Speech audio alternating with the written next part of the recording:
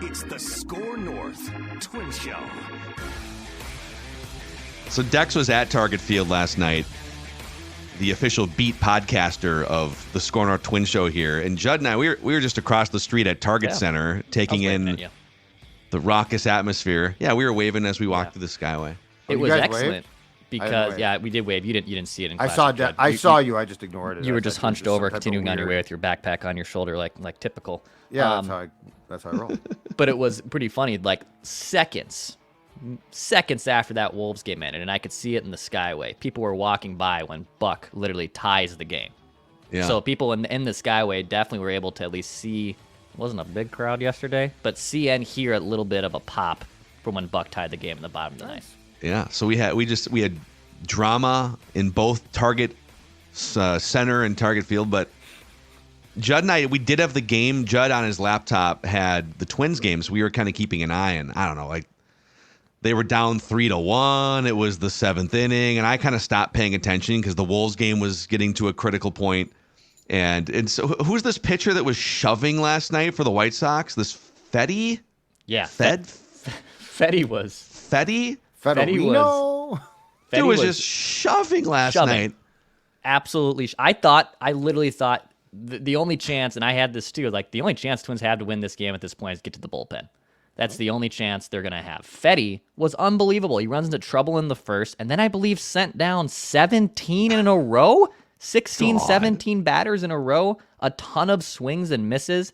He was a Nationals guy, went to Japan, I believe, a few years ago. Now he's back in the big leagues with the White Sox, and the Twins loaded up lefties against him. I mean, the first 4 guys in the order yesterday were lefties. You had 2 switch hitters. Kepler was 4. You're right. Yeah, 4 lefties to start. There was 2 switch hitters too. Like it was just lefty barrage to try to put up a mismatch. Didn't matter because Fetty was just all over them yesterday. Yeah. So we were going live because I think, like you said, it happened right after the Wolves game was over. So we go live on the SKOR North YouTube channel, Flagrant Howls, celebrating. We got thousands of people joining on YouTube, and then I see in the comments, "Whoa, Buxton homer! Whoa, Twins walk off!" So there are still people that are paying attention. Before we get to a Royce Lewis update here, which is going to be kind of the headline topic of this show and a random Twin of the Week, what did they announce for attendance out of curiosity at a Twins home game against the worst team in baseball with the Timberwolves playing game 2 against the Suns at the same exact time? I'll pull up the figure here in just a little bit. Sometimes with those attendance numbers, like I'm pretty good at writing them down, and then sometimes like nights like last night, I'm like, I don't. Is this really going to matter to a degree? I will say 11,200 announced attendance. How many were actually inside Target Field? Less than 5,000. Less than 5,000? Okay. Yeah. Between yesterday and the Friday night game against the Tigers last Friday, easily the smallest attended games of the season. Saturday and Sunday actually were pretty well attended, even though they were day games and the sun was out a little bit.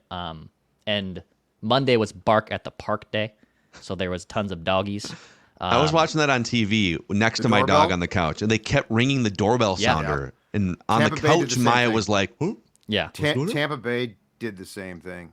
Vinny Boy was at the grandparents for doggy daycare the last few days, and they had to turn off the game because both dogs would hear the chimes, and eventually they just turned off the game because the dogs kept going nuts. Would dogs in the park start barking when they played the doorbell sounder? A little bit. So they put them all in. I remember when this came out, we were having a big office conversation with like Ross and even Grant from My Talks. Like, I love baseball and dogs. I just don't know that's a good idea. They put all the dog people like in ones. It's not like there's dogs all over the ballpark. They're segregated to 2 sections on the left side by the left field foul Do they put pole. like pee pads and stuff, or can they just, if they have to like lift a leg in the concourse, are they just like going? Poop bags? If your dog poops, do you have to like stop and pick it up there? I would hope so. Yeah. Common courtesy. But I also don't know like what the ticket was. There like a ticket fee, like it's the liability fee of like, hey, you're bringing your dog, and there's an extra $15 surcharge if it craps or something. Bite somebody's arm off or something. Yeah. I don't know. What are you gonna bring, like a killer pit bull? Well, I mean, but are they vetting the dogs that are? They're not like, you're not submitting a doggy DNA test to bring your background checks. Oh yeah, background checks. Yeah, background checks, and they failed got that to come physical. through the detectors. So like, if the doggy's packing heat, you're gonna find out. Packing heat. That doggy's UCL came back a little weird, and he's gonna have to go back to Fort Myers before he comes back up here. Every twins dog, has Tommy John. Man. So, okay, we could talk Red Hot Twins. We'll get to just, I don't know, how much do these wins matter? I think there's some value here because you're at least like getting back to the point where you can see 500. But to me, the bigger picture thing here is as they claw their way back, nothing really matters unless they get Correa back and they like get their closer Duran back and Royce Lewis. So you've had a bunch of conversations around the ballpark, Declan, the last couple of days. What is the Royce Lewis injury update? So Royce will meet with the doctor at the end of this week to kind of reassess things. So that was kind of the plan all along when he suffered the quad injury of there's going to be kind of like a month of rest and relaxation to a degree. Now, Royce did start some baseball activities. He has sat in on bullpens. He's been swinging. He hasn't started running yet. They're going to start that run progression, I think, here soon. But he'll meet with a doctor at the end of this week to kind of get the next update of more of a timetable of when he could return. So, and a couple other conversations I've had around it, because with significant leg injuries, like you could get multiple PRP injections. From what I've gathered, he will not, at least until that doctor's meeting, maybe they say otherwise. A second PRP is really only required if it's a chronic issue. So like Byron Buxton has had multiple PRP injections. He's had a chronic arthritic issue. Mm-hmm. This is a very acute injury, obviously, with a quad tear. So unless the doctor says otherwise, I don't believe a second PRP injection will be necessary. From some conversations I've had, even with some medical people as well, because I wanted clarity on that, what the second PRP would look like there. So that part is good. I mean, I think if it was up to Royce Lewis, from conversations I've had, he would want to play tomorrow. I mean, the dude is just such an optimistic guy and wants to play right away. He seems like a fast healer too. Like he's had a bunch of injuries, but it feels like he kind of comes back and he's just like ready to rock right when he comes back, more than maybe other players. Yeah. I mean, he's definitely and Derek Falvey too. We caught up with Derek Falvey, and Falvey said a few other things too on, we're well aware he's a fast healer and stuff, but you got to be careful with this injury, which is true. Yeah. You can't rush him back necessarily. I will say though, I would be pretty surprised if it's June 1st or later with Royce Lewis. You think he might be back before June 1st? Yes. I really think so. And I don't even, they might make him do a rehab assignment because he has been out, but that is kind of player elect to a degree. If I'm betting, I bet it is a rehab assignment. I don't know if Royce will want to do a rehab assignment, but they might. Especially if it's St. Paul, like he can just go play 2 or 3 games across town. Like we're not making you go to Rochester, New York for a week or anything like that. I don't blame them though, because he's been hurt so much that like I'm not letting him rush back at all. Like it's not like this is his first time he's hurt, and then it's like, okay, yeah, you might be able to come back. Like it's been different things, but I think this is one case where if the Twins are going to be cautious, it's incredibly smart, because you want to give yourself the best chance of once he comes back, he's back. Because without him, I think it's pretty clear they're largely screwed. Like he's that important, and it's not just as a player, it's as a presence. You think about last year, everything changed with him. Like this was people forget now because the playoff win was so fun, but this was a dead ass team. And this team felt like, yes, they were winning a bad division, but it felt like there were a ton of uncapitalized areas. And once he got back and stayed in, I felt the vibe of this team totally changed. So I don't blame them. I don't blame them for saying, once you're back, we want to make sure that you have your best chance to stay back. Yeah, I'm okay with the team holding the player back a little bit in this case, but I think just putting everything together that Declan's saying, if there was any worry, and there was on my part when he goes down and they're saying like, oh, we might not even be able to have a doctor visit and evaluate until almost May 1st, which is, we're a week away from May 1st. Right. To me, that said, is it like all-star break? Are we talking about him missing the first half of the season? And I think like the peace of mind here is we're not talking about late July, August. We're talking about, and we don't have a date yet, but something earlier than my worst fears a few weeks ago. Yeah. So that's my main takeaway here is, okay, I don't know how other fans and media thought, but he seems to be progressing better than I was thinking maybe 3 weeks ago, which I'll take it. Yeah. I think that's safe to assume too. And look, the guy is optimistic. He always wants to play. And I think that the hamstring injury which he suffered towards the end of regular season that forced him to DH in the playoffs, that I believe caused him much more discomfort in terms of pain tolerance than this is. But much like a hamstring and a quad, you might feel really good one day, and then the next day you could have a huge setback. So that doctor visit that's coming at the end of the month is probably going to give us more of a realistic timetable. But at the end of the day, I think we're going to see this guy before June 1st. I really do. Yeah, interesting. I think so. Okay. So can you just doing some schedule looking here, right? They're 9 now the Guardians continue to win, by the way. We're already looking at the standings on April 24th, but you're 7.5 games out, which isn't when you're talking about now, if you're chasing like the Yankees or if you were chasing the Braves or something, I'd say, well, you're probably cooked. But if we believe the Guardians are going to come back to earth a little bit, the Royals are going to come back to earth, then being 7.5 games out is not the end of the world when you're about to get maybe Royce Lewis and Carlos Correa back. But it just heightens the importance of go take care of business. You got 5 more games against the White Sox in the next week. You got these 3 games against the Angels, and they're more competitive than the White Sox, but you can take 2 out of 3 from the Angels. That's the key to me. It's the 9-4 plan that Declan outlined last week, and they're kind of still on track if they can take 2 more from the White Sox here. And it's weird because you should beat the White Sox, but as Dex and I talked about on the extra inning show on Sunday, the White Sox are so bad. It's not like that you can look at those wins and say, okay, those wins are impressive. You just need to win those games. Yeah. But can you go play the Angels, who had lost 5 consecutive games, and then I think they beat Baltimore yesterday? Can you then take 2 or 3 there? Because I think if you take 2 or 3 there on the road, it's a step. And then that gets back to what I've been saying is at that point in time, can you tread water until Correa and Royce get back? Because if you're within striking distance in this division then, and I think Cleveland will go through a slump for sure. I don't think that the Cleveland Ball Club is that good. I think you've got a real chance. But I'd love to see you go in and play the Angels and win a couple of games there. I think that would bolster confidence, not just with the fan base, but the team a lot. Yeah.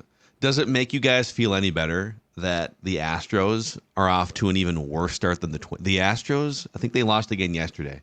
That's awesome. They are 7-17. So these 2 teams that played in this incredibly exciting divisional round series at Target Field are having this huge hangover. In the Twins' case, injuries. But when you dig into the Astros, Jose Abreu hitting .065 through his first 19 games that he's played, no home runs. Alex Bregman, 90 plate appearances, no home runs, and a .555 OPS. I mean, it's kind of crazy how there's a couple teams at the top, like the Guardians. There's some divisions that are just flipped all around on their head right now. Josh Hader for the Astros has an .838 earned run average in his first 11 games. That's Declan's guy. Love Josh. Yeah, man. Yeah, you're a huge Josh. Ryan Presley has an .831 ERA as the setup man with the Astros right now. It's crazy, dude. He was starting to slide a little bit. It's been a hell of a run. Not that much. It's been a hell of a run. You know what happens once you hit that cliff? Once you hit that cliff, boom. That's what you're seeing on Write That Down. Exactly right. Me and Carlos Santana. But are there things? And I just saw over Judd's shoulder watching the game last night. But I agree that you can't take a ton away from beating this White Sox team. But can you take some things away at least, Declan, from the last couple days? Absolutely. Well, yesterday even it felt in that game the Twins were down 10 runs and it was 3-1 for the first 6 innings. I mean, the Twins jumped out at first, and then maybe we can get in a little bit of Pablo Lopez stuff because I'm not 100% buying necessarily what's being said about that, but it felt like if the Twins can get to the bullpen and win a game and win this game, you'll take it. And Rocco had mentioned too, look, this year has been obviously inconsistent and it hasn't been a fun start. But eventually the Twins are going to have to win a game like that, where you're down in the 7th, you're going in the 8th. Can you show the world you can win a game, even if it's against the lowly White Sox? I think for them to get a walk-off win after trailing for basically more than 75% of that game was huge for them. And yes, I at this point, you can't really look too far up at the standings. I do fall into the cliche of control what you can control. And right now, you got to beat up on these bad teams.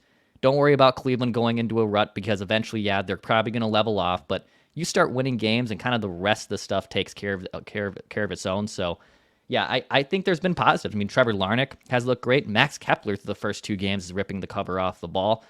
My fear is just like the bottom 4 of that order have been automatic outs until Correa and Lewis come back. Like, after the 5th, 6th spot in that batting order, it is a wing and a prayer of, hey, oh my guy, God. Carlos Santana showed some life last night. Got on base a couple times, Yep. okay? Or I think he doubled his on-base percentage for the season. It was I great. think he's got hits in 3 straight games, so we really should stop the presses. Let's go, dude. He's not cooked.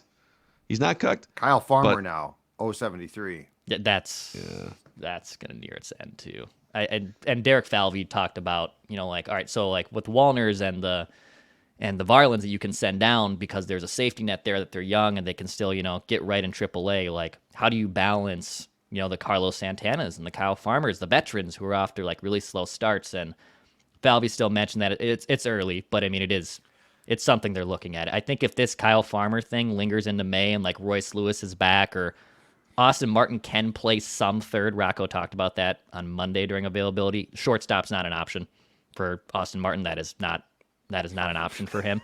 So it's going to be left field or left field, some center, and third in a pinch. I don't think he wants to put Austin Martin at third, but we might be watching the end of the Kyle Farmer experiment. It has not been going well at all. Speaking of taking things, here's one. With the Buxton home run, which was a laser last night, he crushed that ball.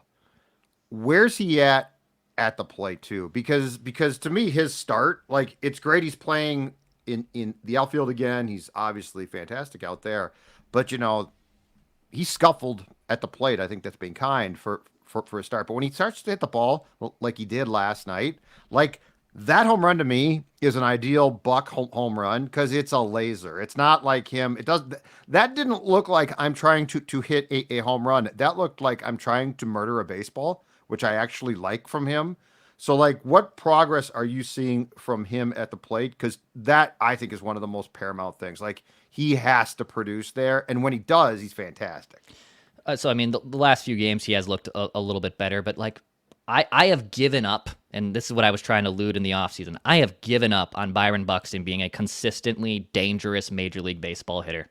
I've given up on that. I'm not saying you can't just forget about him, but when this team gets to full strength and he's healthy right now, he's playing elite defense in center field. This is a guy that should bat 6th or 7th in your order and maybe have some pop, and that's it. Like, I think we have to really honestly remove the idea of what could Byron Buxton be at the plate. We now know who he is. I don't think there is a consistent gear that you can just say, oh, but like last week he's been really good. Can we get that over 162? No, you aren't. So I think we just honestly have to temper our plate expectations, because if he's healthy and playing center field, that's the most important thing to me. And then if he can run in some baseballs, great. That's where I'm at with Buck. I think, I'm fine with him. It looks like he's coming alive a little bit, and that's great. Is he ever going to be this model of consistency from week to week where he's just kind of an on-base machine that steadily plods along? No, he's a power hitter, and he can be kind of a streaky power hitter, and then the injuries. So I'm kind of like, if this lineup's at full strength, Correa is going to bat above him, I think anyways. Royce Lewis should bat above him. Julian should bat above him. I think the version of Alex Kirilloff that we've seen so far in the first month probably bats. Some of this might be like lefty-righty dependent, but yeah, I think. But it is the fact. I think the major win here is we are now almost a full calendar month into the season. He has yet to hit the injured list. They're still running him out there in center field on a regular basis. He's ramping up, barreling up some more baseballs. Like, the fact that he is out there playing center field for the first month on a regular basis, like, I don't know if we thought that was going to happen 8-9 months ago ever again. Which gets me to the question that I want you, Declan, to find out. How did we not remove the flap from the knee 2 years ago? That's my question. I don't think they knew what the hell. I mean, that he had like arthritis in his knees. Like I know. I don't know what the hell. But then like, one day he talked to like world-renowned like surgeons. Yeah, how and do we doctors. not find this was the problem? Like it was chronic. It looked are you mad at the Twins or mad at like the independent doctors I'm that mad have at been working on it? Well, I don't know if mad's the right word. I'm perplexed. That's the right word. I'm perplexed about how the doctors, like if there was just this flap there that was causing problems, because Declan's right. We were talking about it as a chronic problem. I mean, Rocco used the word chronic, the arthritis. I am very curious about, like, did we know about it and think it wasn't a problem? Did we not really identify it? Like, to me, there's an actual story here. Like, if Byron you're looking to blame someone for if Buxton can now play 100 or more games, knock on wood, I'm looking for the why it took so long. Yeah, I don't know. It's a legit question. Get in contact with the clinic that did the. I don't like. Is it possible that I'm just projecting and I have no idea what I'm talking about, but go ahead. Is it possible that this procedure is sort of a last ditch thing that's a little bit risky and it cuts time off your career, but now it doesn't matter, but it did when you were 25, 26, like this is what I want to know. Exactly. Thank you. Yeah. I don't know. Another question before we get to random twin of the week here, just real quick. So Pablo Lopez, he hasn't been a disaster so far this year. Like his fielding independent pitching number it's like essentially your ERA translated through the things you can control: strikeouts, walk rate, home runs allowed. So his expected ERA, if you look at FIP that way, is 3.61. It was 3.33 last year. So there might be some noise here, but he's just not been as sharp. He's been a little clunky, some shorter outings. Are we like, what's our panic level with Pablo Lopez? After, by the way, last year, career high innings, career high strikeouts, probably just career high leverage moments and high effort pitches and innings. Like, is there a worry here at all? I have a curiosity on him for sure. Yesterday, the velocity too was significantly down, which is never a good sign for a power pitcher like that. Now, he said he blamed a little bit of the situation of 38 pitch inning. He had an awful pickoff attempt that also led to a big run. So he said he blamed his mental game. He said, like, I was not in a good space today mentally. And there was nothing wrong physically. He said he felt fine. I'll even say, like, in the clubhouse, he was just like sitting in his chair, seemed to be chilled out, wasn't overreacting, wasn't hiding in the medical area of the clubhouse. He was just out in the open, seemed mostly like Pablo. And Rocco said, doesn't look like there's anything wrong either. Watch his start on Sunday, and I think we're going to have to, if the velocity is still down and the ineffectiveness, because Phil's right, he hasn't been as sharp, but something might be going on here. If the velocity is still down on Sunday, something's going on. Yeah. Something's a problem here. Yeah, especially when you're getting into the warmer weather. You go out to LA. That's concerning though, right there. If you're telling me that, it's a field of landmines out there, man. Like for these pitchers, and if you're coming off career high innings, career high strikeouts, everything, I don't know, man. But like if we were to go, if we were to put together a list right now of guys that you could not lose long term, I mean, Royce is out. He's on there. Correa. Pablo might be number one. Actually. That's what I was going to say. If you take Pablo Lopez, like if there's something wrong here, I don't see how you recover from that. Just because you don't have, I mean, not that you have like the depth to replace Carlos Correa either or Royce Lewis, but you don't have a number 5 starter right now. So imagine getting now you're down 2 starters and you're so all right. We'll keep an eye on it. Good stuff, Dex. Let's get to a random twin of the week here, gentlemen. Presented in part by our friends over at Red Cow. Red Cow is one of our favorite bar restaurants here on this show. You can find 6 locations in Minnesota, 5 in the Twin Cities, 1 in Rochester, and the food is ridiculous. The award-winning double barrel burger, the wings that include dry rub, barbecue, Japanese sticky, and buffalo flavorings, cheese curds, the best chips and dip you'll probably ever have. Chicken sandwiches, 36 beers on tap, local brews, craft cocktails, and you can belly up to the bar where there's a line of TVs for you to get the best viewing of whatever sporting event is on. So that's the Red Cow on your YouTube screen there in the North Loop. We were just at the Uptown location a couple weeks ago filming a couple episodes for Purple Daily later this summer. So Red Cow. And not that far from Red Cow in the North Loop is Element Hotel. If you're a Twins fan or you're just like coming in for, maybe you're coming in from out of town and you're looking for a great place to stay near the action, near Target Field, etc. Element Hotel, Declan. Yeah, it's just right down the street from Target Field. It's also a Westin Hotel by Marriott. They have a lot of great different room options. It's a perfect staycation for a Twins game or a series. Or yeah, maybe you're just coming in to experience Minneapolis or the North Loop for the first time. It has complimentary breakfast, 24-hour fitness center. It is pet friendly, perfect area to stay in a great happening spot in Minneapolis. You can book your next stay by going to scorenorth.com/element, and you click that link, you'll get 15% off your room rate, I should say. Your roommate, yeah. And maybe bring a roommate. I don't know. Hey, meet it's Frank. Bob. Looking for somewhere to stay tonight. I got 15% off this room. Now move over. So 15% off by going to scorenorth.com/element. Shout out to Element Hotel for sponsoring the SKOR North Twins Show. Okay, it's time for a random Twin of the Week here, where two members of the SKOR North Twins Show go head-to-head in a battle of Twins historical wits. We rotate. Whoever loses the previous week gives the clues for the next week. Last week, I correctly guessed Al Newman, so Declan puts out the clues this time for me and Judd. Judd, it's been quite some time. It's been about 2 months since you correctly guessed Joe Creedy. I didn't correctly guess that. Declan struck out. Oh, so you just won by default. I backed into that win. So it's been a long time. Darren Mastriani was your last legitimate win. My bunny. In the history of Random Twin, I have 14 wins. Declan has 13. Judd has 10. The last handful of Random Twins are Al Newman, Craig Monroe, Ryan Domet, Brett Boone, and Trevor Plouffe. Our own Trevor Plouffe. So Dex will throw out the clues. We can shout out guesses whenever we want to. If one of us hits a third strike, the other one wins automatically. Here we go. All right.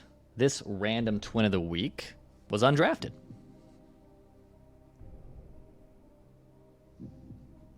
Wow. Undrafted. This Random Twin of the Week never won any awards, never made an All-Star game, but played in damn near 1,200 MLB games. Interesting. Okay. In those 11 seasons, this Random Twin of the Week had a career WAR of 15.5. Now, undrafted could mean a couple things because international players aren't drafted; they are signed as international free agents. So this could either be a player that was not good enough to be drafted, or could be an international free agent. Just gonna throw that out there. It's Random Twin of the Week. Played for 3 major league teams throughout his career.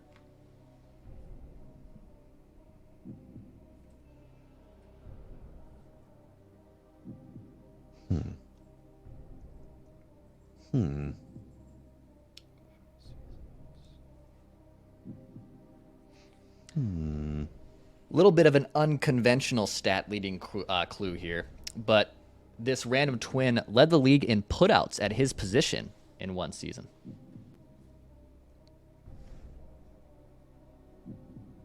Is a putout when you throw someone or when you catch a ball, right? It's when you throw a ball. A tag. That's an assist. So it's like a Put first out baseman. out. Your Final glove out. is in the glove. Put out. Okay. Although catchers get credit for putouts on strikeouts. Oh, really? Well, that's an interesting tidbit. That's why they always say K23 to make it clear the first baseman. K23. This Random Twin of the Week had a career OPS of 700 in 644 games with the Minnesota Twins. Wait, sorry. So a 700 OPS? In 644 games with the Minnesota Twins. Oh, okay.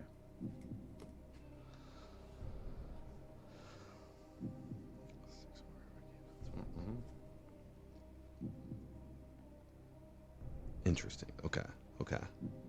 That sounds like someone that probably batted second for Ron Gardenhire or something. Like a kind of a crappy OPS, but a reliable fielder. Played 11 seasons though. In 24 playoff games, this random twin of the week batted .279 and then an OPS of .771. A little bit better of a playoff hitter. And how many playoff games? 24. All with the Twins.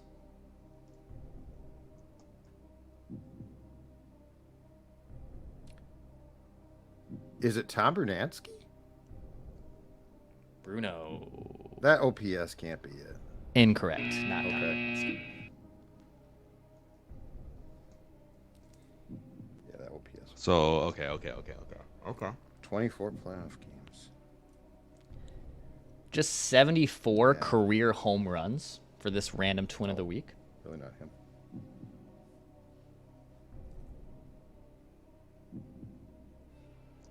So tough. This is interesting. I feel like I'm honed in on Yeah, the era is dead. the era here. Well, wait. 24 playoff games is a lot of playoff games. But they played a ton of but I mean, this team played a ton of playoff games. Not really. Well, they made the play. They made the playoffs. You quite a know, bit. like So- not really. 2002 to 2010. But it would have been okay. It's Nick Punto. Nick Punto. Incorrect. One of you two is in the right era. One of you two is not. It's Phil. Phil is. It's got to be Phil. Well, mathematically, it has to be me. Now that I think about it, because they didn't play enough playoff. I mean, they won 2 World Well, Series, no. but didn't play enough Oh, playoff. no. Or did they? No, it wasn't. No. No, they did. No, they could have. One of you is in the right era, and one of you is not in the right era.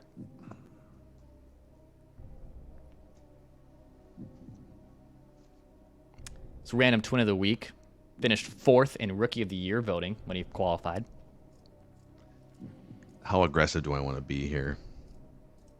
Okay. Randy Bush. Greg Egney. Oh, one of us got it, didn't we? Incorrect. Oh, we're both down to our last So guess. Bush. So Phil guessed Bush. I guess Gagney. Dude. This random twin of the week had 16 hits in the World Series. Dan Gladden.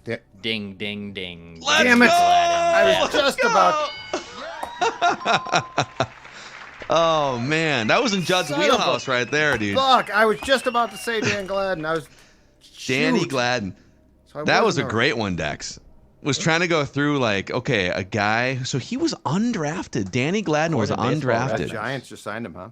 Yeah. Wow, He was with dude. the Giants, went to the Twins. Damn it! Tigers. Yeah, man. There it is. Although I'm not going Yeah. to kick myself too hard. Not going to kick myself too hard. Tough day. All right. So yeah, Judd, man, that's Judd's head spinning now because it's been about 2.5 months, and these last, well, Dan Gladden was in your wheelhouse. Craig Monroe probably wasn't. No, really in Craig your- Monroe was not. Saw him on over the weekend. Craig Monroe? He's Yeah. that's right. There you go. And Matt Tigers. LeCroy was in the presser on Press Box Monday Oh, because was he he? coaches the Rochester Red Wings Yeah. who are playing the Saints this week. Okay. Looked back and I was like, that Holy cow. is Matthew How LeCroy. big is he now? Is he a big guy? Yeah. Is he? What's He he? looks exactly like you'd think Matthew LeCroy would look. Okay, good for him. Yeah. I think you could pick if I think you could honestly pick him out of it. Like, that's Matt LeCroy, isn't it? You would be able to pick him out of a crowd. That's hilarious. Nice.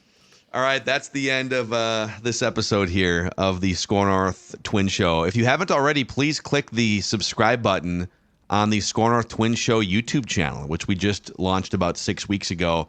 Appreciate you guys wherever you consume it, whether it's YouTube or Apple or Spotify. Thank you for supporting here. The Twins aren't dead yet. Thank God for the Chicago White Sox, everyone.